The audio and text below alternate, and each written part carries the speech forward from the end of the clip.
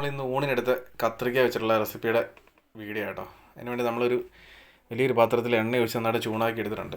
അപ്പം ചെറുതായിട്ട് നീളത്തിൽ കട്ട് ചെയ്തെടുത്ത കത്രിക്ക ഒരു 10 മിനിറ്റ് വെള്ളത്തിൽ ഇട്ടതിന് ശേഷം വെള്ളമൊക്കെ തോർത്ത് നമ്മൾ ആ ചൂടായ എണ്ണയിലോട്ട് ഇട്ട് നന്നായിട്ടൊന്ന് മൂപ്പിച്ചെടുക്കണം കേട്ടോ. നന്നായിട്ടൊന്ന് വാടി വരണം. അതിൻ്റെ ഒരു പച്ചമണമൊക്കെ ഒന്ന് കെട്ട് വരുന്ന വരെ നമുക്ക് നന്നായിട്ടൊന്ന് ഇളക്കി കൊടുക്കണം. നന്നായിട്ട് ഇതുപോലെ ഒന്ന് നന്നായിട്ട് ഉടഞ്ഞു വന്നിട്ടുണ്ട്.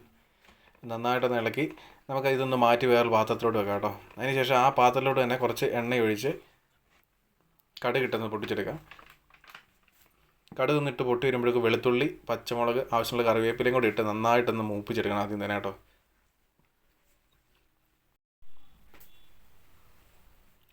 അപ്പോൾ നന്നായിട്ടൊന്ന് മൂത്ത് വന്നിട്ടുണ്ട്. ഇനി അതിലോട്ട് നമ്മൾ കനം കുറഞ്ഞ് നീളത്തിലരിഞ്ഞ സവാള, ഇവിടെ ഒരു 1.5 സവാള നമ്മൾ എടുത്തിട്ടുള്ളൂ കേട്ടോ. നന്നായിട്ടൊന്ന് മൂത്ത് വരണം വരെ നന്നായിട്ട് ഇളക്കി കൊടുക്കുക. കണ്ടമാനം കരിഞ്ഞ് പോകണ്ട, ജസ്റ്റ് ഒന്ന് മൂത്ത് വന്നച്ചാൽ മതി. പിന്നെ അതിലോട്ട് നമ്മൾ ഇതുപോലെ തന്നെ കനം കുറച്ച് നീളത്തിലരിഞ്ഞ് 2 തക്കാളിക്ക് എടുത്തിട്ടുണ്ട്, അതുകൂടെ ചേർത്ത് കൊടുക്കുക കേട്ടോ. തക്കാളിക്ക് ഒന്ന് ഉടഞ്ഞ് വരണം വരെ നന്നായിട്ടൊന്ന് ഇളക്കി കൊടുക്കണം. തക്കാളിക്ക് സവാളയൊക്കെ നന്നായിട്ടൊന്ന് മൂത്ത് വന്നിട്ടുണ്ട്.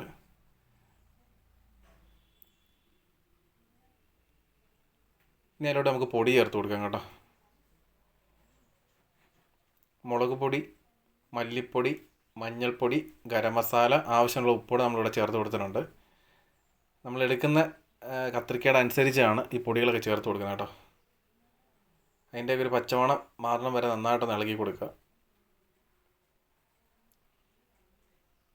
ഇപ്പം നന്നായിട്ടൊന്ന് മൂത്ത് വന്നിട്ടുണ്ട്. നമുക്ക് ഇനി അതിലോട്ട് ആവശ്യമുള്ള വെള്ളം ചേർത്ത് കൊടുക്കണം കേട്ടോ. കണ്ടമാനം ചേർത്ത് കൊടുക്കണ്ട, ജസ്റ്റ് അതൊന്ന് വേകാൻ വേണ്ടി മാത്രമുള്ള വെള്ളവും ചേർത്ത് കൊടുക്കുക. ഇനി നമുക്കിവിടെ ഇതിലോട്ട് ഒരു നെല്ലിക്ക വലിപ്പത്തിലുള്ള വാളംപുളി, അതിൻ്റെ കുരുവും നാരും കളഞ്ഞതിന് ശേഷം കുറച്ച് വെള്ളം കൂടെ ചേർത്ത് നന്നായിട്ട് മിക്സിയിലിട്ട് അരച്ചെടുത്താൽ കേട്ടോ. അത് ചേർത്ത് കഴിയുമ്പോൾ തന്നെ നമ്മുടെ ഈ ഗ്രേവി നന്നായിട്ട് കുറുകും. തക്കാളിക്കയുടെ ആ ഒരു മധുരവും ഈ പുളിയുടെ ആ ഒരു പുളിയൊക്കെ വരുമ്പോൾ കറിക്ക് നല്ല ടേസ്റ്റ് ആയിരിക്കും. പിന്നെ അതിലോട്ട് നമ്മൾ നേരത്തെ വാട്ടി വെച്ചേക്കുന്ന നമ്മുടെ കത്രിക്കയും കൂടെ ഇട്ട് നന്നായിട്ടൊന്ന് ഇളക്കി യോജിപ്പിച്ചതിന് ശേഷം ഈ സമയത്ത് വേണമെങ്കിൽ ഉപ്പ് ചേർത്ത് കൊടുക്കാൻ പോരെങ്കിൽ കുറച്ചുകൂടെ വെള്ളം ചേർത്ത് നമുക്കൊരു അരമണിക്കൂറൊന്ന് അടച്ച് വെച്ച് വയ്ക്കാം കേട്ടോ. വിറകടുപ്പിലൊക്കെ ആണെന്നുണ്ടെങ്കിൽ നന്നായിട്ട് പെട്ടെന്ന് വെന്ത് കിട്ടും. അപ്പം നമ്മുടെ കറി ഏകദേശം നന്നായിട്ട് വെന്തുടഞ്ഞ് കിട്ടിയിട്ടുണ്ട് കേട്ടോ. ഇതാണ് നമ്മുടെ പരുവം. നന്നായിട്ടൊന്ന് ഇളക്കിയതിൻ്റെ എണ്ണ തെളിഞ്ഞ് വരണം വരെയാണ് നമുക്ക് ആ കറി അടുപ്പത്ത് വെക്കേണ്ടത്.